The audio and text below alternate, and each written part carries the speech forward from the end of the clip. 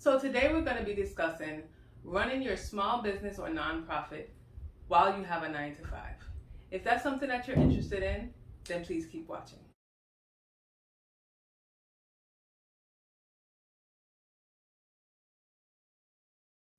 Hi guys, Tamika here.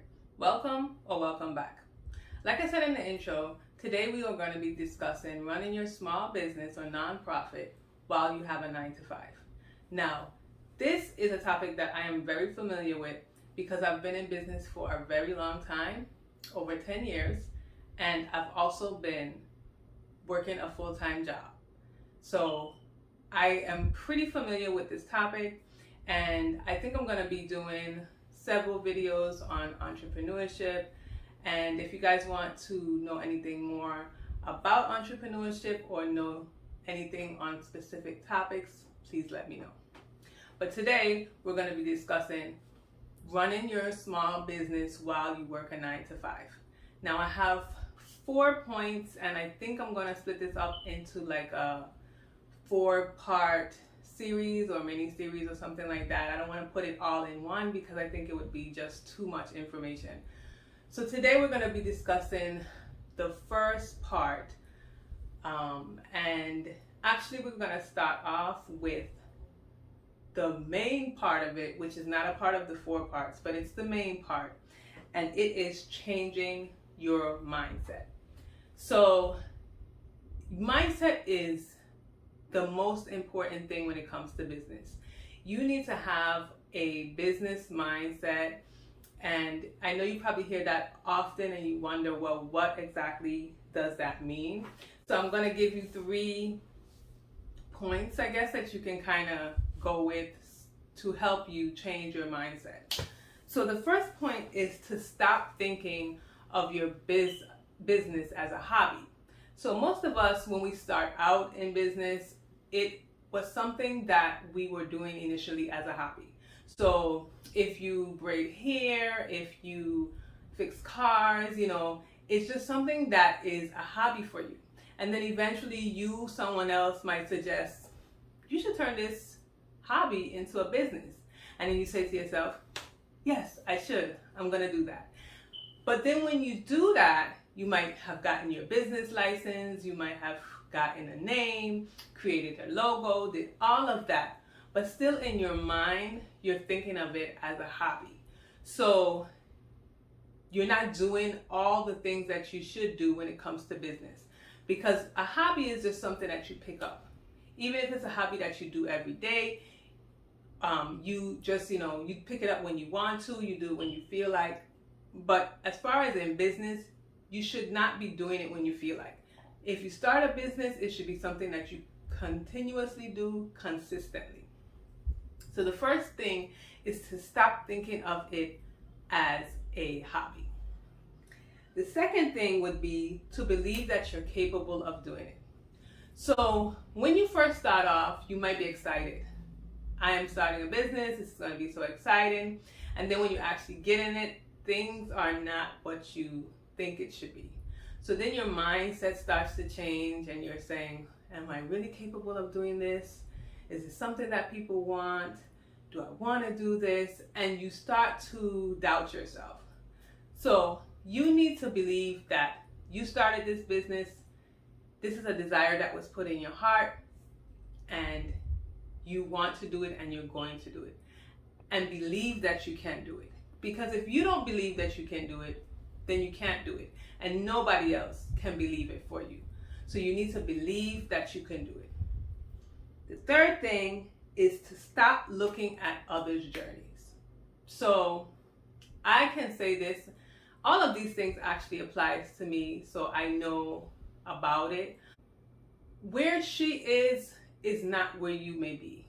You may have just started out. She may have been doing this for years, and you can't expect to be where she is. And even if you guys both started out at the same time, that doesn't mean that you're going to be where she's at. Your journey is individual to you. So stop comparing yourself and looking at other people's journey. What I would suggest that you do is look at your own journey and compare yourself to yourself. So what you're doing is comparing yourself to the old you. So any progress that you make from the old person, or the, how you used to act, the way you used to think, anything that progress that you make, that's an accomplishment. Don't look outside and at other people's journey, because you don't know what they've been through. You don't know what they're going through. It may look like it's going well, but it may really not be, or vice versa. You may think that it's not going well, but it actually is. So just really don't compare yourself. Basically, it's not a part of the first one, but that's the main thing that you have to do. That's the main thing that you're going to do, that's going to then help you do these other 4 things.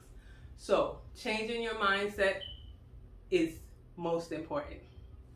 So after you change your mindset, then we're going to go into the first tip that I have for you. And that is to set goals. Now, I know you probably didn't want to hear set goals, because you hear that all the time. People tell you, set goals, set goals. And it is true, you do need to set goals. But maybe you don't even know what goal you're supposed to set. You don't know, you've just started out, you don't even know, what business you want to do, or how the business is going to go. So you might not know what to do as far as setting goals.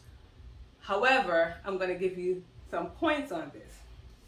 So the first thing to do is to define how many goals you want to set.